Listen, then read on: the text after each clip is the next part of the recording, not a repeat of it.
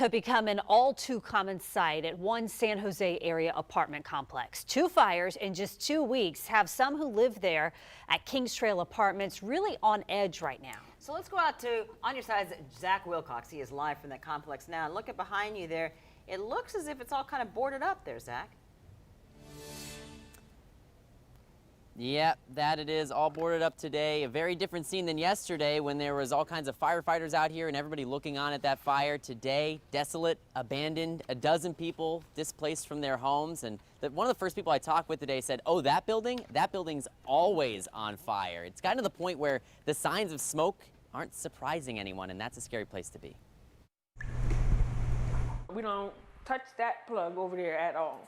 Because every time you put something, it do smell like something be burning, so we don't even use that plug over there. Alicia Chaplin has a long list of things she doesn't touch in her apartment. She doesn't flush the upstairs toilet because water will drip through the hole in the ceiling. She doesn't use her dishwasher because it doesn't work. And she has to be very careful with which outlets she chooses. Seeing yet another fire across the street, the second in 2 weeks, made those issues even more pressing. It's either that building or it's another building over, behind me. It's always something. Jacksonville Fire Rescue is more than familiar with Alicia's complex. They've been out here probably 3 or 4 times in the last 2 years, so there's some issues that are going to have to be dealt with. Alicia says she's dealt with the hole in the ceiling and outlet issues since she moved in October. She says anytime she calls the front office, she rarely gets anyone to answer, and only recently had someone come by to look at the hole in the ceiling.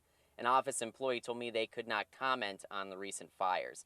Several of Alicia's neighbors didn't want to be interviewed, but tell me they've seen sparks from their outlets or smelled that same burning smell time after time. They need a lot of help over here.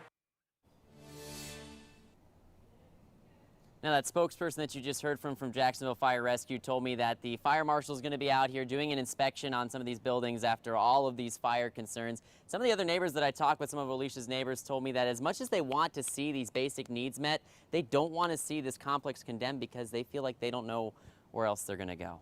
On the south side, Zach Wilcox, First Coast News, on your side.